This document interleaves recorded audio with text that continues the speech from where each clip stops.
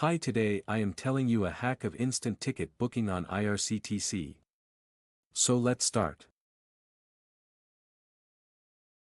Log in IRCTC AAP and click on Train and then go to Chart Vacancy. You can select the current train you want board, and boarding station, then you will get the vacancy details.